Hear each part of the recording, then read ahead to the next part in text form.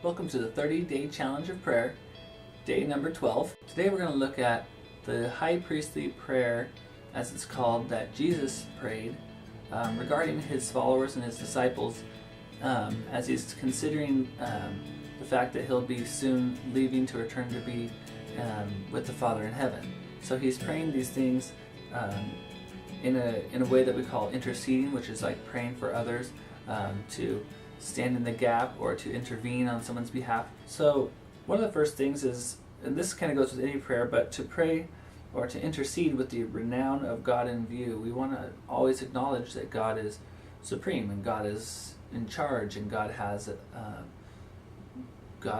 the grand plan in hand. The second point is that we want to intercede, pray for others, with the preservation of believers in view.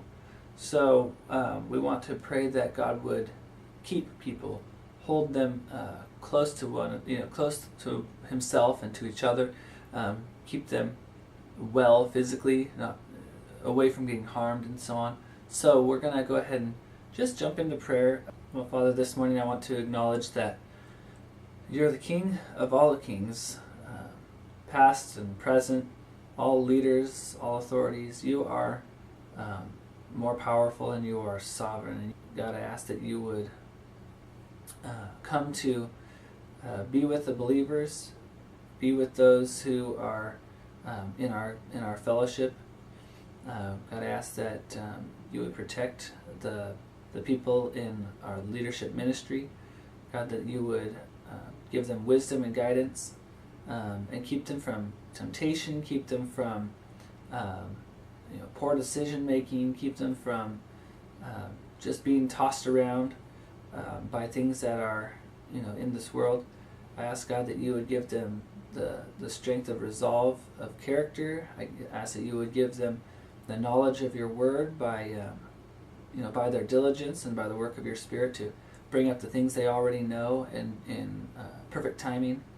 And I ask You to bless those leaders. God, I ask that the members of the church are strengthened day by day through being with You and through studying Your word and just learning and understanding who You are every day.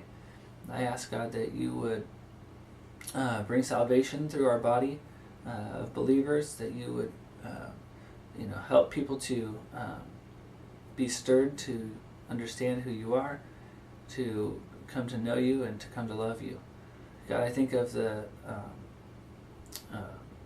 missionaries and those doing work across seas and in dangerous places where they are harmed and killed every day, and I ask that You would give them strength. I don't know many of them closely or personally, but I know that they need a covering of prayer.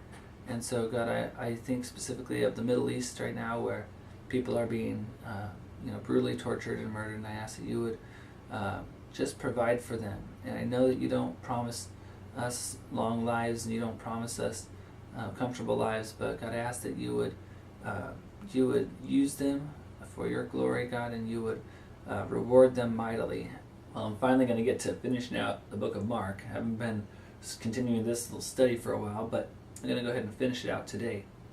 So Mark chapters 15 and 16 is my aim. You want to join me, sir? Do you want me to read what I'm reading out loud? Yeah. Alright, come sit down while I read.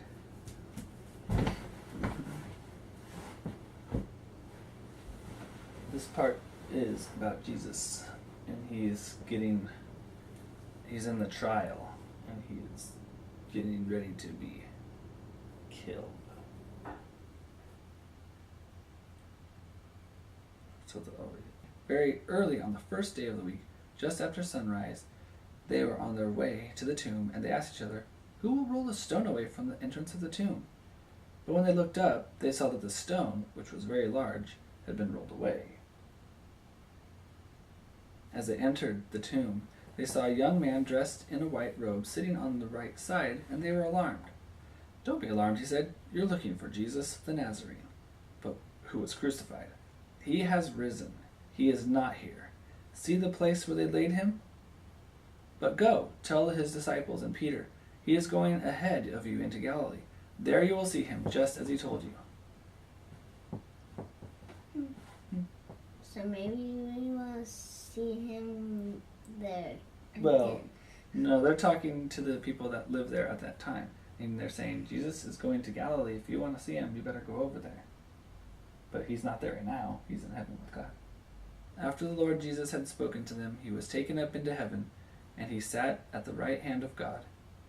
Then the disciples went out and preached everywhere, and the Lord worked with them and confirmed his word by the signs that accompanied it.